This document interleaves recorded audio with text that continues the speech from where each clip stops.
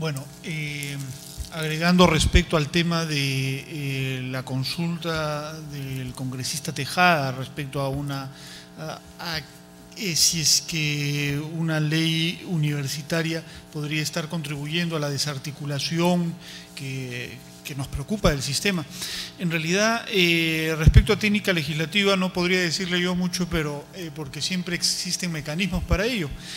Pero sí, en el Consejo Nacional de Educación creemos en que es fundamental generar una ley marco, le llamamos, una ley marco que realmente comprenda a todo el sistema.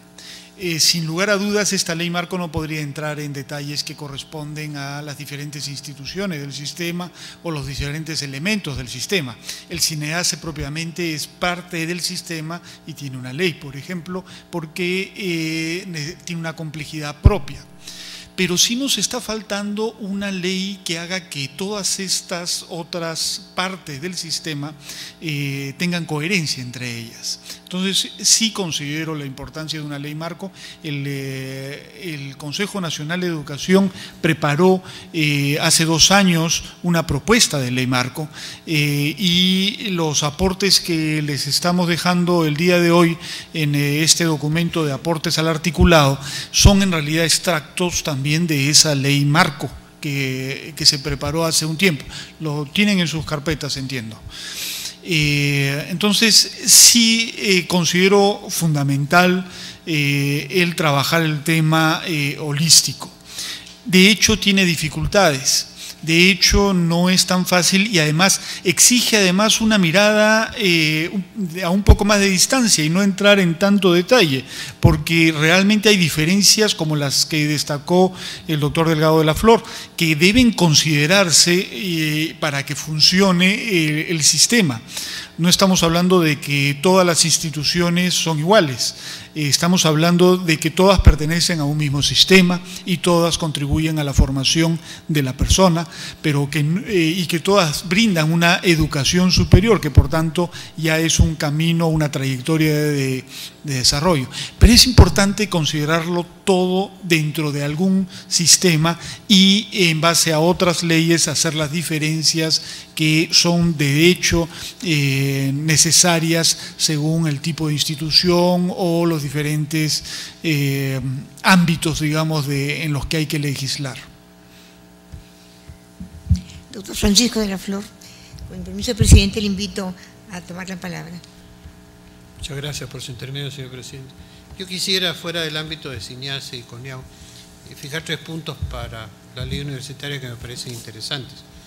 Uno de ellos es el número de autoridades de los órganos de gobierno, ¿no? Universidades que tienen 34 facultades, quiere decir que van a tener un consejo universitario de 57 miembros. Un consejo universitario como entidad ejecutiva no puede trabajar con tantos miembros, ¿no es cierto? Yo siempre comento que hace algunos años, en Alemania me parece, el Bundestag dio una disposición de que ninguna universidad podía tener más de 6 facultades. Y la Universidad de Berlín reclamó que le permitieran tener 7 y le dijeron no. Quiere decir que sus unidades ejecutivas estaban relacionadas pues con 8 o 10 personas. Eso lo vuelve más operativo.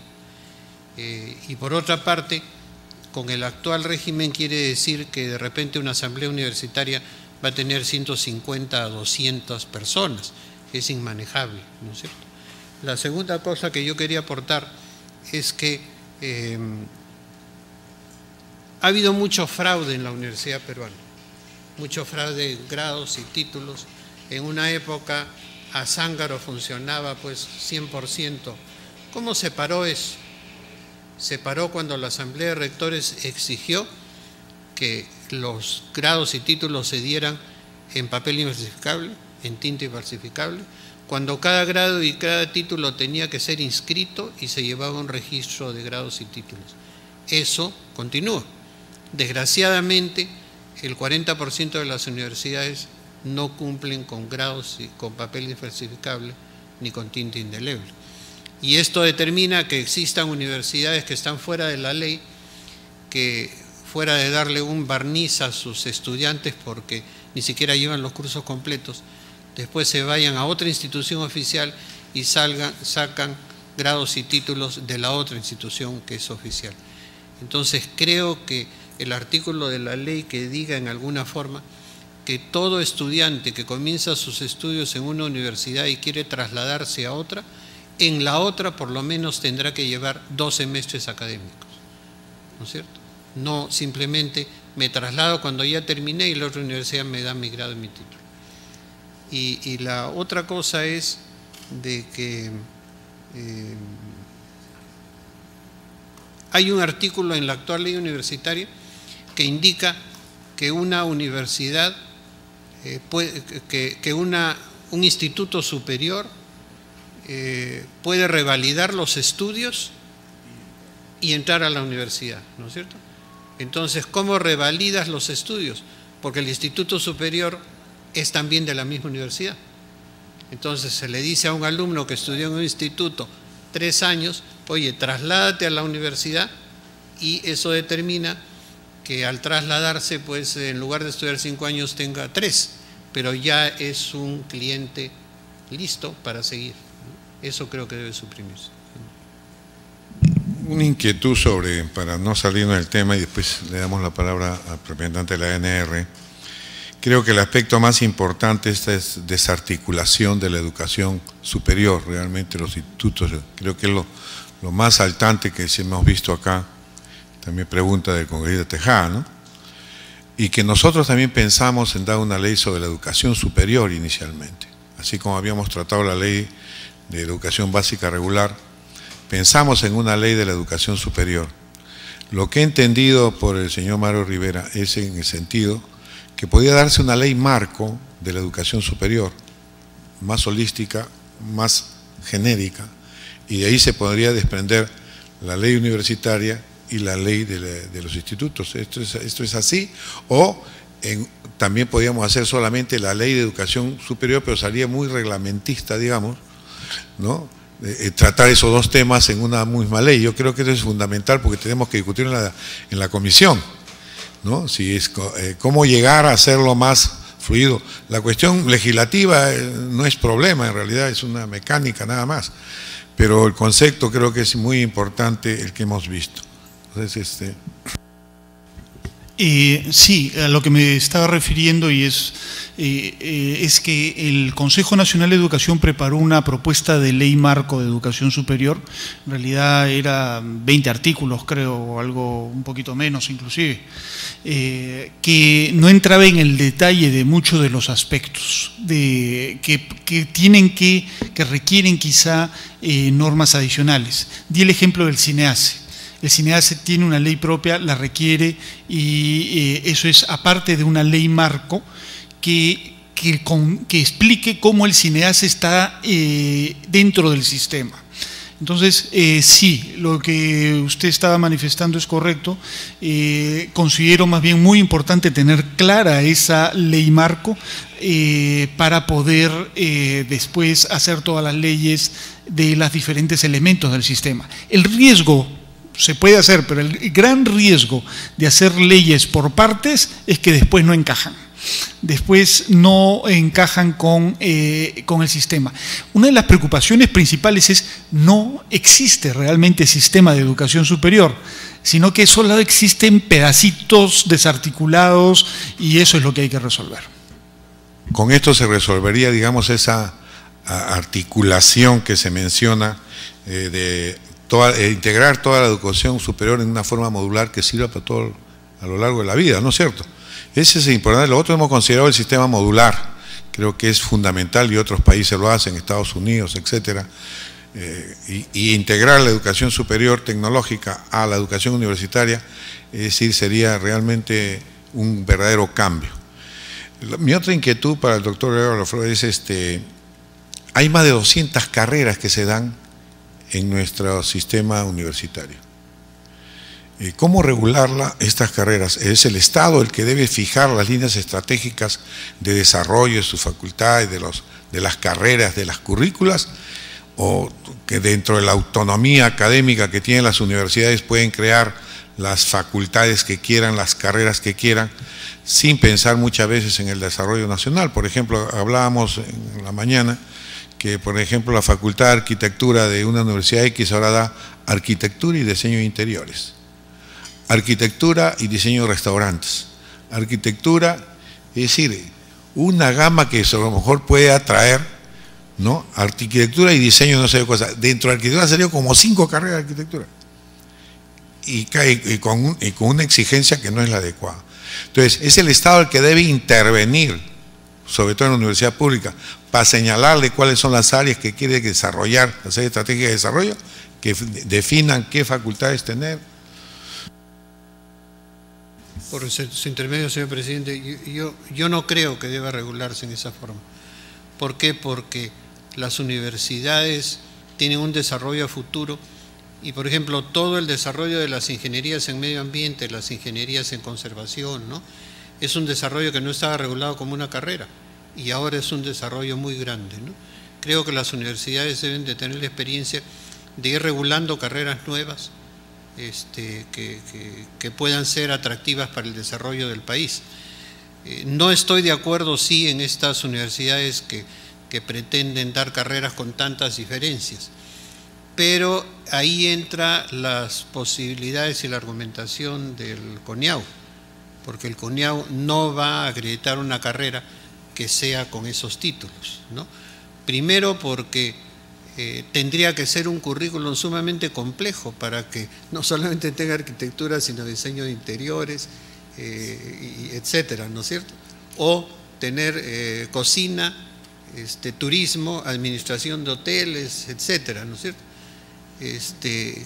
Creo que eso hay que dejarlo a las universidades y dentro de las reglas del CONIAU no se permitirían ese tipo de títulos, ¿no? Señor representante de la ANR. Gracias, presidente. Presidente, en primer lugar, para felicitarlos a ustedes, los miembros de la Comisión de Educación, por esta labor tan importante de querer impulsar el sistema educativo universitario en nuestro país. En representación de la Asamblea Nacional de Rectores, estamos aquí más que todo en calidad de observadores, de receptores de las propuestas de las instituciones que están viniendo a exponer aquí sus aportes sobre una temática que ustedes habían planteado. El 25 de marzo le corresponderá al presidente de la Asamblea Nacional de Rectores exponer las propuestas conforme ustedes lo tienen programado en este cronograma de actividades. Por lo tanto, nosotros no venimos a hacer apreciaciones a las intervenciones, sino más bien a tratar de solicitar alguna aclaración respecto a las propuestas que están haciendo. Pero antes quisiera decirles también que, como una precisión, y ya lo dijo el doctor Delgado de la Flor, la ANR cuenta en su organización con una Dirección General de Investigación, con una dirección de universidad-empresa, precisamente para promover, como lo dijo aquí mi compañero, la relación entre universidad y las empresas del Perú, y se están programando muchas actividades, y la Dirección de Internacionalización de la Universidad Peruana, también está en este proyecto de trabajo ya inmiscuido en la Asamblea Nacional de Rectores. Referente a lo que ahora, la consulta con la finalidad de ampliar la información y poder llevarla a la Asamblea Nacional de Rectores, era sobre la propuesta que habían hecho los miembros del Consejo Nacional de Educación, los señores consejeros.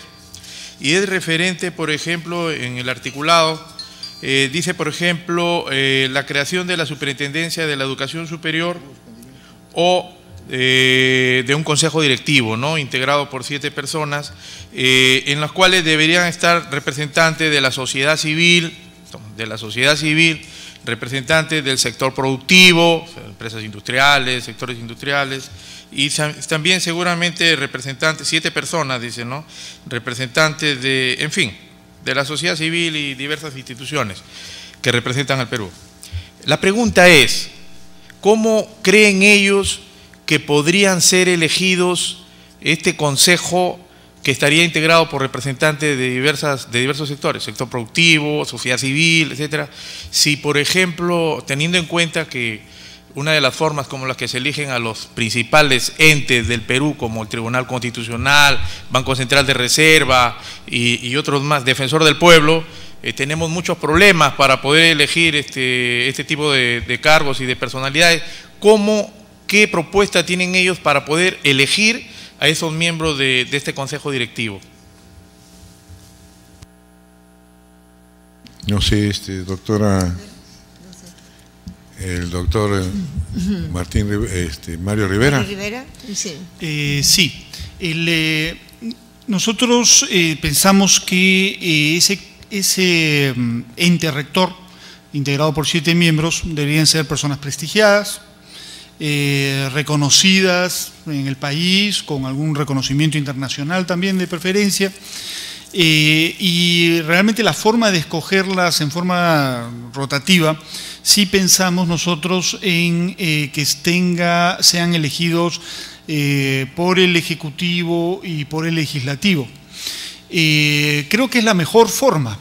Tiene sus dificultades prácticas como las que acaba de señalar, pero eso no niega el hecho de que sea la mejor forma.